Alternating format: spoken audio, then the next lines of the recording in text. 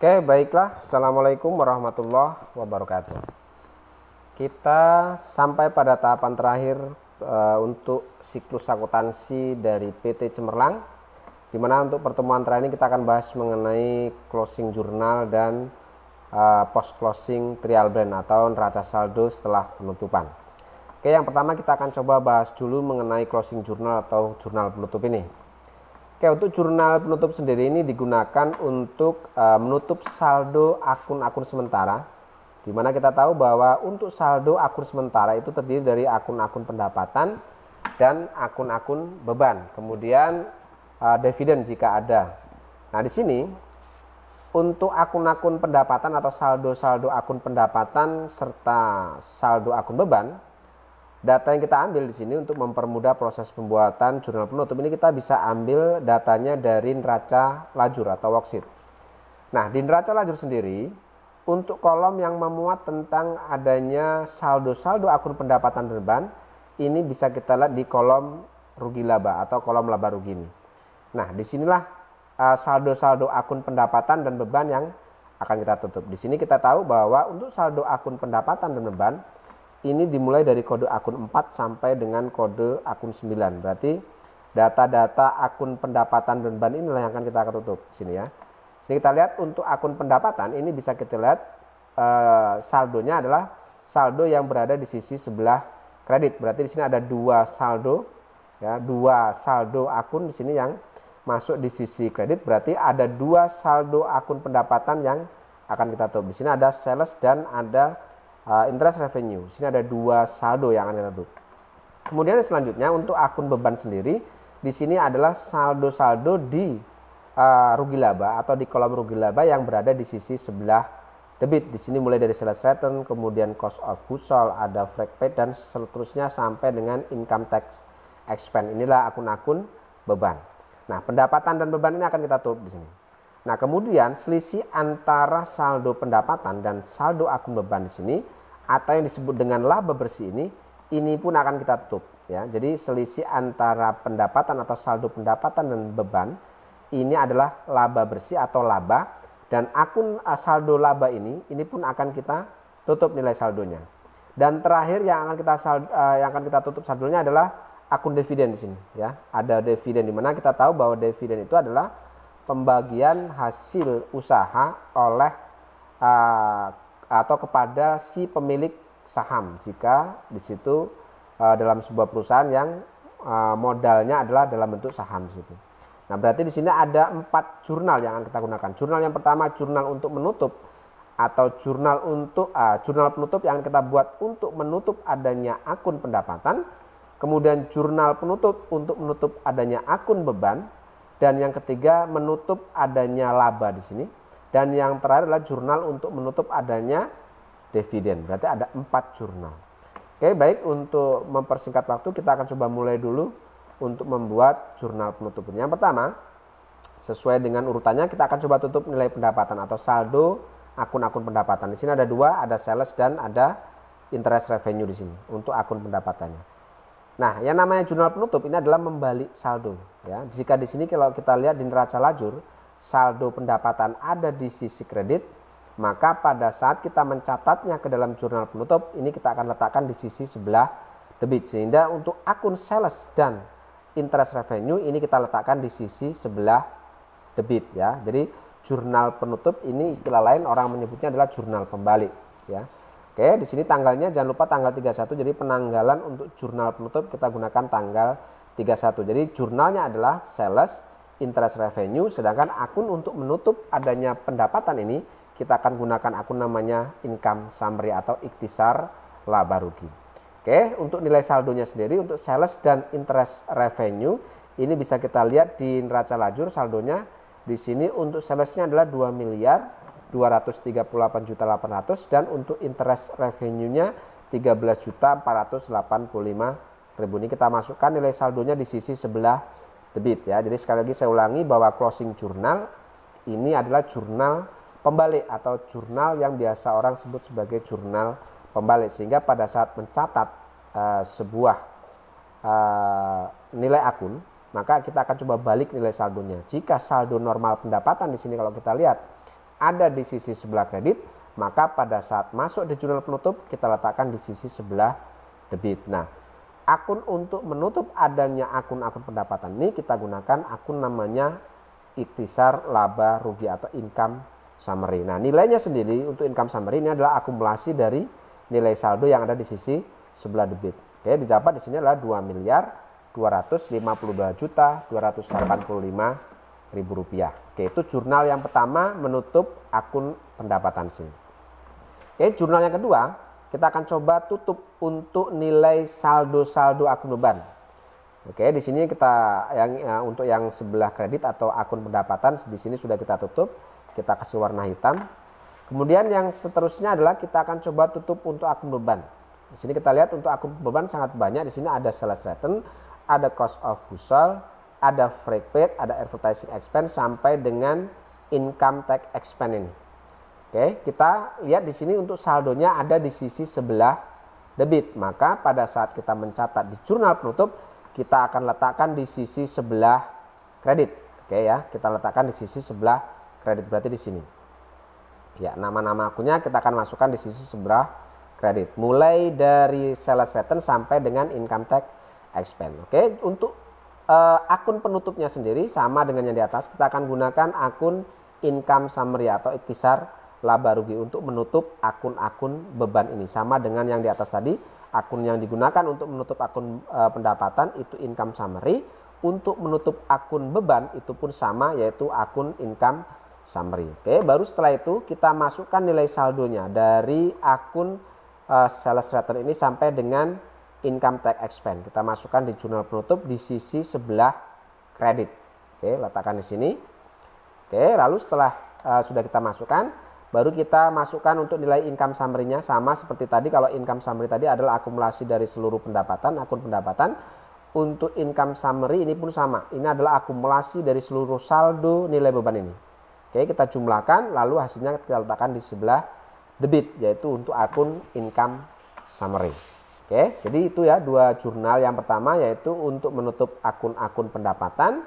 Di sini tadi kita lihat di neraca lajur itu yang ada di sisi sebelah kredit di kolom rugi laba, sedangkan akun-akun beban itu ada di sebelah debit. Oke, setelah ini kita kasih warna hitam tanda bahwa ini sudah kita jurnal di jurnal penutup untuk akun bebannya. Oke, untuk selanjutnya yang ketiga, jurnal yang ketiga adalah jurnal untuk menutup laba atau selisih antara pendapatan dan beban ini. Ya, jadi selisih antara saldo pendapatan dan beban ini disebut dengan laba, dan laba ini pun harus kita catatkan ke dalam jurnal penutup. Jika kita lihat di sini untuk laba bersihnya ada di sisi sebelah debit, ya, ini disebut dengan return earning, maka nanti akan kita letakkan di sebelah kredit untuk di jurnal penutupnya. Nah, akun yang digunakan untuk menutup adanya selisih laba itu kita gunakan income summary pada return net earning atau ikhtisar laba rugi pada laba ditahan, ya seperti itu. Nah, selisihnya tadi kalau kita lihat di neraca lajur itu labanya ada di sebelah debit, maka pada saat kita masukkan di jurnal penutup kita letakkan di sebelah kredit untuk return net earningnya. Untuk income summary-nya sama ya jumlahnya, kita ambilkan kopi dari sini ya, yaitu 17.777.500. Itu jurnal untuk menutup adanya selisih antara pendapatan dan beban atau biasa disebut dengan laba ini. Oke, ini selesai, berarti tinggal satu lagi yaitu untuk menutup adanya dividen. Kita lihat di sini bahwa dividen itu adalah pembagian atas laba usaha kepada pemilik saham. Ya, berarti ini masuk dalam kategori akun sementara yang harus kita tutup nilai saldonya. Di sini kalau kita lihat untuk saldo dividen ada di sisi debit, ya, ada di sisi debit. Berarti kita masukkan di jurnal penutup itu di sebelah kredit. Jurnal untuk mencatat atau menutup adanya dividen tersebut adalah return earning pada dividen. Oke, jadi adanya pembagian kepada pemilik saham itu mempengaruhi berkurangnya laba ditahan. Sedangkan adanya selisih antara pendapatan dan beban atau biasa disebut dengan laba itu menambah adanya laba ditahan. Sehingga ini ada di sisi kredit. Oke, untuk nilai nominalnya dividen tadi itu adalah 25.400.000. untuk return earning otomatis berkurang sama, yaitu 25.400.000. Oke, sehingga dengan berakhirnya dividen, maka otomatis untuk closing jurnal saya anggap selesai ya. Jadi di sini ada 4 jurnal. Jurnal yang pertama sekali lagi untuk menutup adanya akun-akun pendapatan, jurnal yang kedua itu menutup akun-akun beban, jurnal yang ketiga itu untuk menutup selisih antara pendapatan dan beban atau biasa disebut dengan laba, dan yang terakhir adalah jurnal untuk menutup adanya pembagian dividen kepada pemilik saham. Oke, jika sudah selesai kita akan jumlahkan sisi debit dan kreditnya. Oke, setelah saya jumlahkan di sini dapat untuk jumlah debit dan kredit itu 4.529.970.000 rupiah untuk sisi debit, dan untuk sisi kreditnya sama. Oke, ini untuk closing jurnal atau jurnal penutup. Oke, selanjutnya tahapan terakhir adalah untuk menyusun adanya post closing trial balance atau neraca saldo setelah penutupan. Jadi neraca saldo setelah penutupan ini adalah rekap saldo setelah adanya posting jurnal penutup ini ke dalam buku besar. Oke, jadi tugas kalian yang terakhir adalah silakan kalian posting semua akun-akun yang muncul di jurnal penutup ini ke dalam buku besar. Cara postingnya sama seperti biasanya, seperti saat posting dari jurnal khusus, kemudian jurnal penyesuaian, yaitu sama. Jurnal penutup ini sama juga cara postingnya. Misalkan di sini untuk sales kode akun 411 terus ada di sisi debit.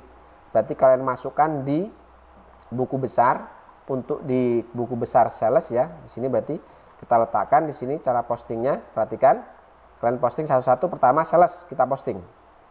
Kode akun 41100 kita masuk ke dalam buku besar sales ya, 41100. Oke, di sini kita masukkan tanggal 31, keterangannya closing jurnal.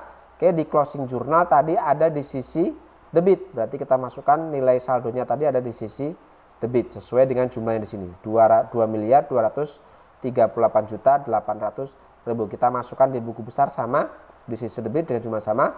Lalu kita akumulasi nilai saldonya. Ya, di sini ada debit jumlahnya dan kredit di sini.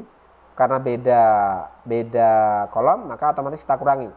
Sisi kredit ini dikurangi dengan posting dari jurnal penutup ini. Di sini setelah saya hitung hasilnya adalah 0 karena jumlahnya sama. Oke, lalu seterusnya untuk interest revenue sama. Kode akun 81100 itu untuk interest revenue. Kita cari buku besar interest revenue. Oke, di sini ya kita masukkan keterangannya closing jurnal. Tadi ada di sisi debit di jurnal penutup. Lalu kita hitung nilai saldonya. Sebelumnya ada saldo kredit 13.485.000. Kemudian ada sisi debit juga sama, sehingga di sini saldonya 0. Dan seterusnya kalian lakukan seperti itu. Setelah kalian semua posting yang di jurnal penutup ke dalam buku besar, nanti kira-kira hasilnya seperti ini. Ya, seperti ini. Menghasilkan nilai saldo untuk kode akun dari kode akun 4 ke bawah ya. Nilai saldo kode akun 4 ke bawah ini akan menghasilkan nilai saldo 0. Ya, jadi setelah jurnal penutup kalian posting semua, setelah jurnal penutup ini, akun-akun yang muncul di jurnal penutup ini sudah kalian posting semua ke dalam buku besar, maka saya pastikan untuk kode akun 4 mulai dari sales ke bawah ini akan menghasilkan saldo akhir 0 karena itu adalah akun-akun sementara. Ya, hasilnya 0 seperti itu. Sehingga di sini untuk saldo kode akun sampai dari kode akun 1 sampai 3 itu ada sebagian akun yang masih ada nilai saldonya. Nah, saldo-saldo akhir setelah adanya posting dari jurnal penutup ke dalam buku besar ini akan kita catat atau akan kita susun saldo-saldo akhir tersebut ke dalam post closing trial balance. Caranya sama. Yang pertama untuk akun number dan akun name, ini kita masukkan nama akunnya ya, sesuai dengan yang di buku besar ini. Urutkan. Yang pertama cash in bank, petty cash, account receivable, terusnya sampai kode 3 kita masukkan semua. Setelah kita masukkan baru kita rekap nilai saldonya. Dan caranya pun cukup sangat mudah ya. Di sini kita lihat untuk cash in bank ini menghasilkan saldo akhir itu 441.975.000. Ini kita masukkan ke saldonya ke dalam neraca saldo di sisi sebelah debit di sini sesuai dengan posisi saldonya di sini. Ya, jadi cash in bank ada saldo debit itu 441.975.000. 75.000 kita masukkan di post closing trial balance atau neraca saldo setelah penutupan itu di sisi sebelah debit. Lalu kemudian untuk selanjutnya untuk petty cash. Di sini ada saldo debit itu Rp8.175.000. Kita masukkan di sini di sisi sebelah debit Rp8.175.000. Terus kemudian yang ketiga ada account receivable di sini. Ya, account receivable pun sama menghasilkan saldo debit itu Rp1.450.000. Kita masukkan di sisi sebelah debit itu pun sama Rp1.450.000. Lalu selanjutnya ada allowance for doubtful debt, ada saldo kredit ya, menghasilkan saldo akhir kredit itu 50.022.500. Berarti di sini di neraca saldo setelah penutupan ini pun kita letakkan di sisi sebelah kredit Rp50.022.500. Lalu selanjutnya di sini ada merchandise inventory menghasilkan saldo akhir sebelah debit Rp864 juta. Kita masukkan di sini sebelah debit Rp864 juta. Lalu yang selanjutnya ada store supplies. Kita lihat di sini store supplies menghasilkan saldo debit Rp3.750.000 di sebelah debit. Dan seterusnya kalian input semua sampai pada saldo akun kode 3. Berarti sampai sini. Ya, sampai di sini kalian masukkan sampai saldo kode akun 3, sedangkan saldo kode 4 ini tidak perlu kalian rekap ya. Saldo kode akun 4 sampai dengan kode 9 ini tidak perlu kalian masukkan ke dalam rekap neraca saldo setelah penutupan, karena jika kita lihat di sini untuk nilai saldonya dia menghasilkan saldo 0. Semua saldonya 0, sehingga karena 0 ini tidak kita perlukan untuk rekap atau tidak perlu kita catat di neraca saldo setelah penutupan ya. Jadi kalian masukkan semua, setelah dimasukkan semua kira-kira nanti hasilnya seperti ini, kira-kira ya seperti ini hasil nilai saldonya. Lalu setelah nilai saldo yang ada di buku besar, nilai saldo akhir yang ada di buku besar, kalian semua masukkan dari kode akun 1 sampai dengan kode akun 3.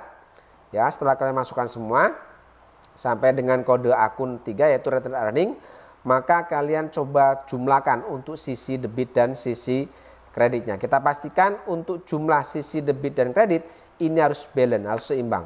Setelah saya jumlahkan di sini ketemu nilai untuk debit dan kreditnya untuk neraca saldo setelah penutupan itu adalah Rp2.433.550.000. Di sini kalau kita lihat untuk sisi debit dan sisi kreditnya sudah sama.